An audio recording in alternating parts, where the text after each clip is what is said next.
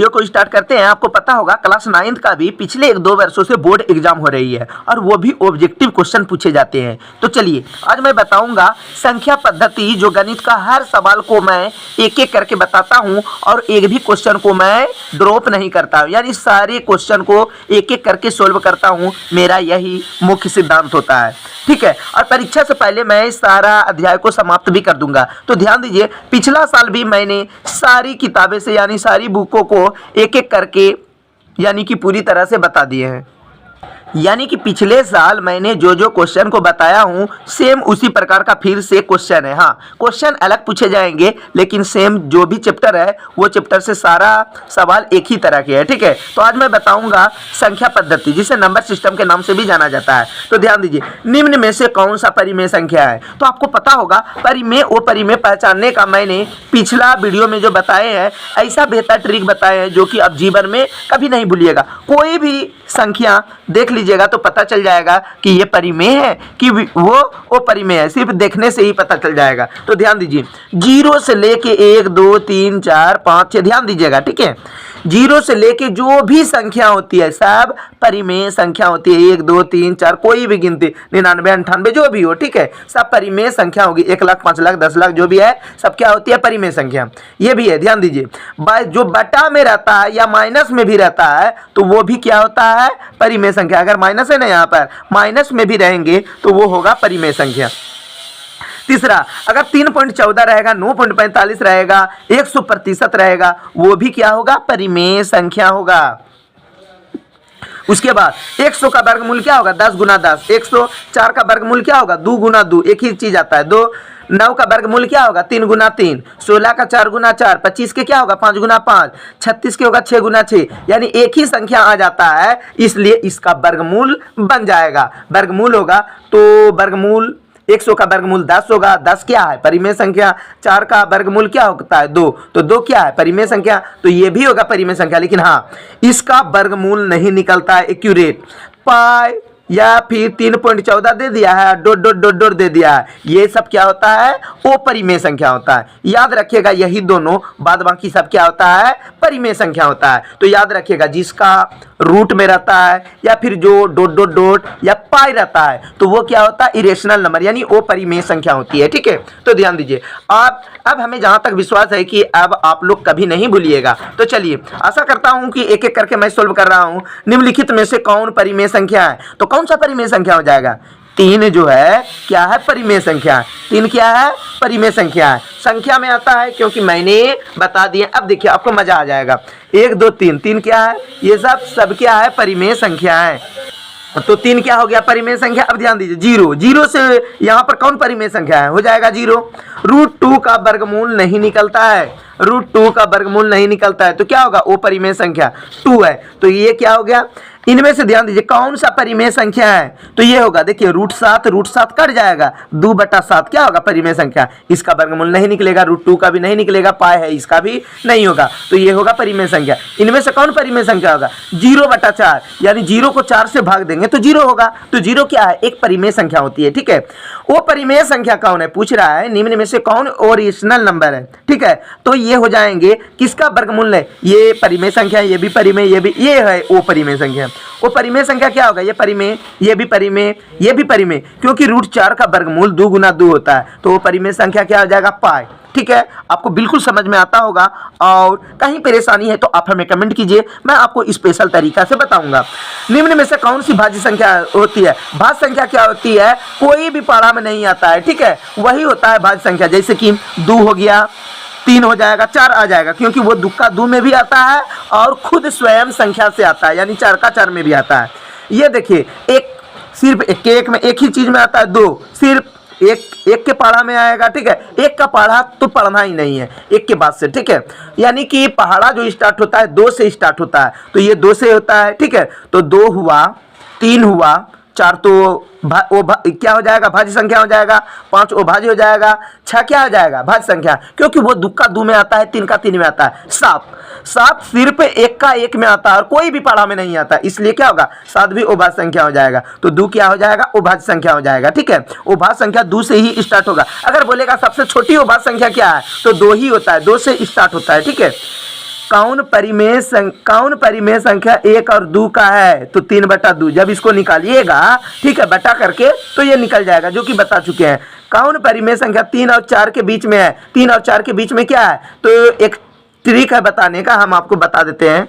तो ध्यान दीजिए, ए को क्या मान लेते हैं? ए, और बी को मान लेते हैं 2, ठीक है। तो ध्यान दीजिए 1/2 हो गया, ठीक है। ए को क्या माने? 1 प्लस बी को क्या माने? 2, तो हो गया। यहाँ पर ध्यान दीजिए 1 बाय क्या हो जाएगा? 1/2।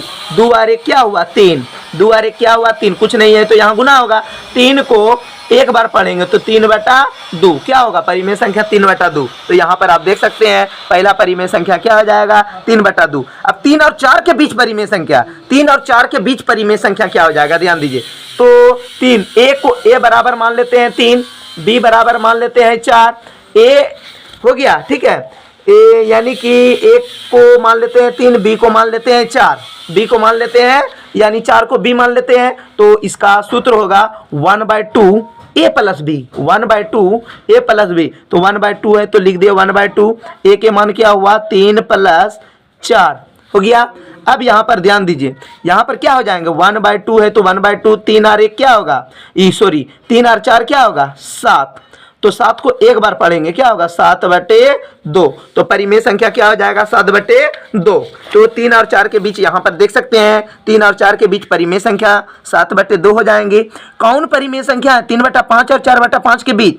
तो इसी तरह निकाल सकते हैं 3/5 और 4/5 के बीच, ठीक है। तो चलिए हम आपको निकाल के दिखा देते हैं। तो इसको मानते हैं ए बराबर 3/5 और बी बराबर 4/5। तो मान लेते हैं ए बराबर 3/5 और बी बराबर 4/5। तो परिमेय संख्या बराबर हो जाएगा 1/2 ए प्लस बी। तो ध्यान दीजिए 1/2 है तो लिख दिए 1/2।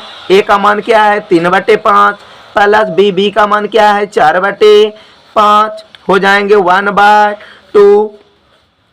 5 और 5 का एलसीएम 5 ही होगा, ठीक है। 3 जोड़ 4, 3 प्लस क्या हो गया? 4, यानी 5 का 5 एक बार में आएगा। 1 को 3 से गुना करेंगे, 3 5 का 5 5, एक बार में 1 को 4 बार पढ़ेंगे तो हो गया, ठीक है। यहाँ पर ध्यान दीजिए, यहाँ पर हो जाएंगे 1/2। अब कुछ नहीं है तो हो जाएंगे गुना, 4 और 3 क्या होगा? 7, नीचे क्या होगा? 5। तो ध्यान दीजिए 7 को एक बार पढ़ेंगे, 7 5 दूना के 10, यानी कि आंसर होगा 7/10। तो यहाँ पर आप देख सकते हैं इसका आंसर होगा 7/10। तो यहाँ पर 11 नंबर में है, ध्यान दीजिए कि 2 तथा 3 के बीच कौन परिमेय संख्या है? तो इसको मान लेते हैं ए और इसको मान लेते हैं बी। तो ध्यान दीजिए ए को 2 मान लिए और बी को 3 मान लिए। तो सूत्र होगा 1/2 ए प्लस बी। तो हो जाएगा 1/2, ए का मान हो गया 2 + 3 बराबर क्या हो जाएंगे? बताइए। 3 2 5/2। आंसर क्या होगा? 5/2। 3 और 2 क्या हुआ? 3 और 2 5, 5 को 1 से गुना करेंगे 5, नीचे 2 है तो 2। तो इसका आंसर हो जाएंगे 5/2। अब बताइए पाई क्या है? मैंने यहाँ पर इसको देखिएगा तो बिल्कुल समझ में आ जाएगा। तो ऐसा कीजिए, आप पहले वीडियो को रोक दीजिए और इसको पहले कॉपी पर नोट कर लीजिए कि 1 2 3 4 तक जो है परिमेय संख्या होता है और ये दोनों जो है वो परिमेय संख्या। तो पाई क्या है? वो परिमेय संख्या। तो यहाँ पर ध्यान दीजिए, पाई क्या है? वो परिमेय संख्या। शून्य, शून्य क्या है? शून्य मतलब 0। 0 क्या है? देख लीजिए 1 2 3 4, ये सब चारों क्या है? परिमेय संख्या है। तो 0 क्या हो जाएगा? शून्य क्या हो जाएगा? परिमेय संख्या। वास्तविक संख्या मतलब क्या है? वास्तविक संख्या जो होती है परिमेय संख्या, और अपरिमेय संख्या को वास्तविक संख्या बोला जाता है। तो 1 और 2 दोनों होगा।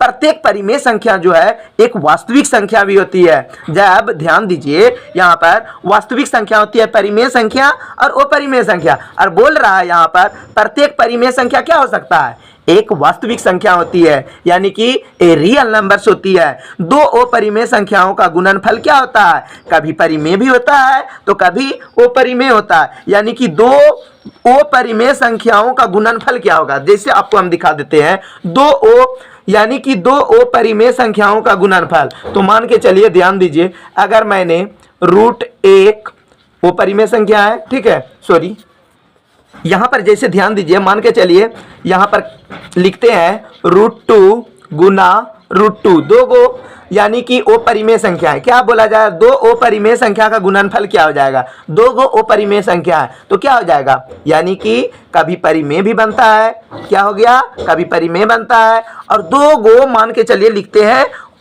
ओ परिमेय संख्या तो लिख दिए, अब दो गो परिमेय लिखते हैं।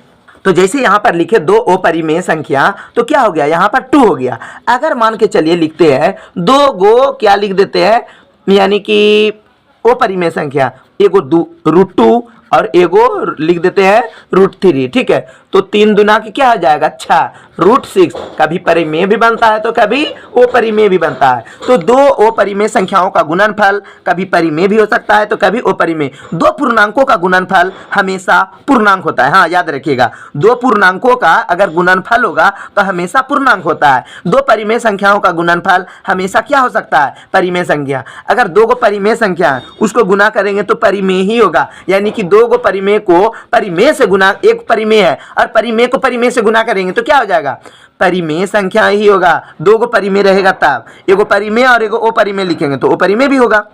प्रत्येक वास्तविक संख्या एक क्या होती है, ओ परिमेय संख्या होती है, बिल्कुल गलत। यानी कि प्रत्येक वास्तविक संख्या ओ परिमेय नहीं होती है, परिमेय भी होती है ओ परिमेय भी होती है, इसलिए गलत है। प्रत्येक परिमेय संख्या वास्तविक संख्या होती है, बिल्कुल सही। प्रत्येक ओ परिमेय संख्या जो है वास्तविक संख्या होती है, लेकिन प्रत्येक वास्तविक संख्या जो है ओ परिमेय संख्या नहीं हो सकती है। वास्तविक संख्या तो यानी कि परिमेय ओ परिमेय दोनों है, तो ओ परिमेय कैसे होगा, हाँ, लेकिन ओ परिमेय संख्या वास्तविक हो सकती है।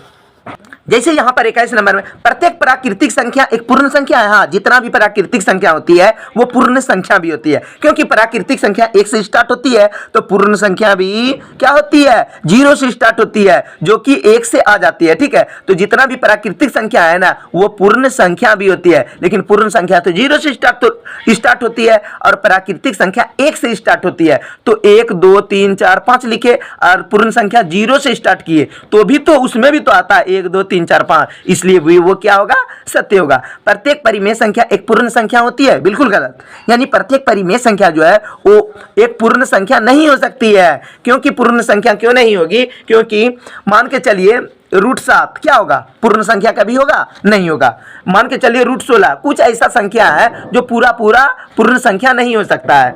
जैसे कि पूर्ण संख्या एक कहाँ से स्टार्ट होती है, 1 2 3 4 से, तो मान के चलो परिमेय संख्या क्या होती है, 3/4 भी लिख सकते हैं, ठीक है, पॉइंट में भी लिख सकते हैं, ठीक है। तो वो सब क्या होती है, नहीं हो सकती है। ध्यान दीजिए कौन सही है, आपको पता है कि पाई जो है, ध्यान दीजिएगा यहाँ पर जो है पाई क्या है, पाई जो है वो परिमेय संख्या है और 22/7 जो है परिमेय संख्या होती है। जो बट्टा में है परिमेय संख्या और पाई क्या होता है, वो परिमेय संख्या।